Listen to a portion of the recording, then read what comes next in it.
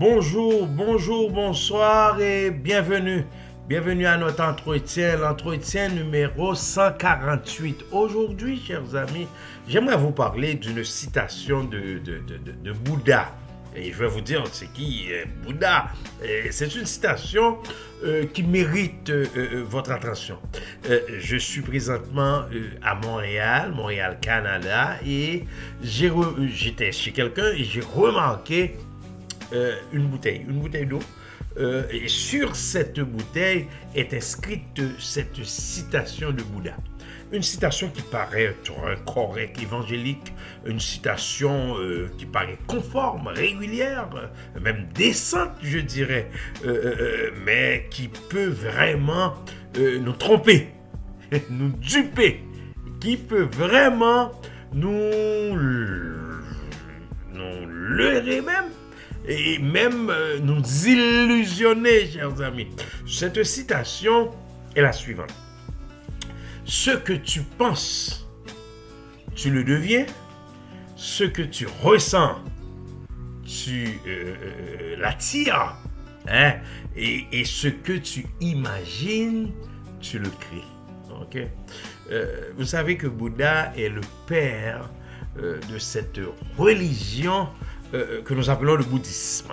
Il est un chef suprême qui a vécu au 5e, c'est pas très précis, 5e ou 6e siècle avant Jésus-Christ. Il est le fondateur historique d'une communauté de moines errants qui donna naissance à cette religion que nous appelons le bouddhisme. Cette religion, ce bouddhisme, ça part d'une philosophie dont les origines se situent en Inde. Okay? Mais dans cette religion, ce qui est intéressant à dire, c'est que les notions de Dieu et de divinité sont très particulières. En fait, c'est une religion sans Dieu créateur.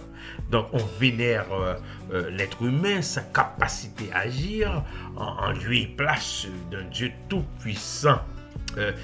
Dans cette citation, l'auteur est en train de nous dire la force que possède l'être humain. Ce qu'il pense, il le devient. Et ça se fait de façon automatique. Ce qu'il ressent, il l'attire de façon automatique. Ce qu'il imagine, il le crée de façon automatique. C'est la force psychologique. Je peux aller plus loin pour dire que c'est la pensée, une pensée positive. Ce que tu penses, tu le deviens. Mais c'est quoi la pensée? C'est quoi la pensée? Psychologiquement, c'est quoi la pensée positive? Psychologiquement, la pensée positive, on dit que c'est un état mental, un état émotionnel qui se focalise sur le bon côté de la vie. On laisse de côté les mauvais côtés, sur le bon côté. Et cet état atteint des résultats positifs, quelle que soit la situation. Par exemple, si quelqu'un pense devenir médecin, il va le devenir. Si quelqu'un ressent qu'il est en bonne santé, même s'il est malade, il va rester en santé. Si quelqu'un imagine une vie meilleure, il l'aura. Oh, mon ami Bouddha. C'est pas la vérité, ça. C'est pas la vérité du tout. C'est de la baliverne.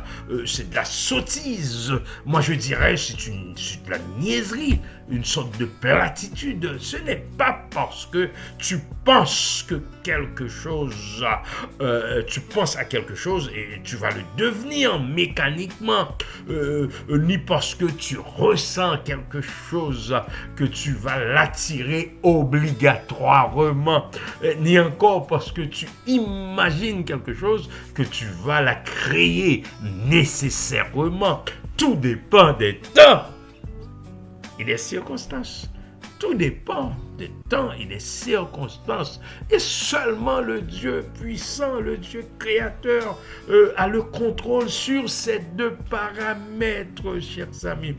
C'est sûr, nous ne devons pas être des négatifs, ou du moins, nous ne devons pas avoir des pensées négatives, mais ce n'est pas notre force psychologiquement qui vont nous permettre de remporter la victoire. C'est plutôt notre foi en Dieu. Amen.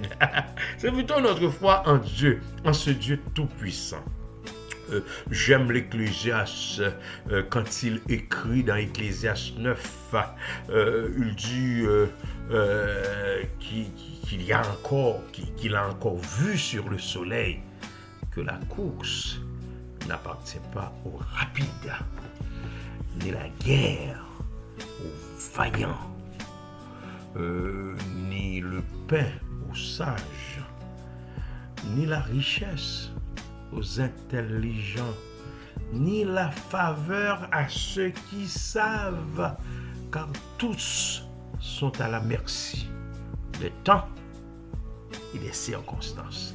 Et celui qui a le plein contrôle des temps et des circonstances, c'est notre Dieu, le Dieu d'Israël, Elohim, le Dieu créateur, Jéhovah, le Dieu qui garde sa relation avec nous, et Adonai, notre boss.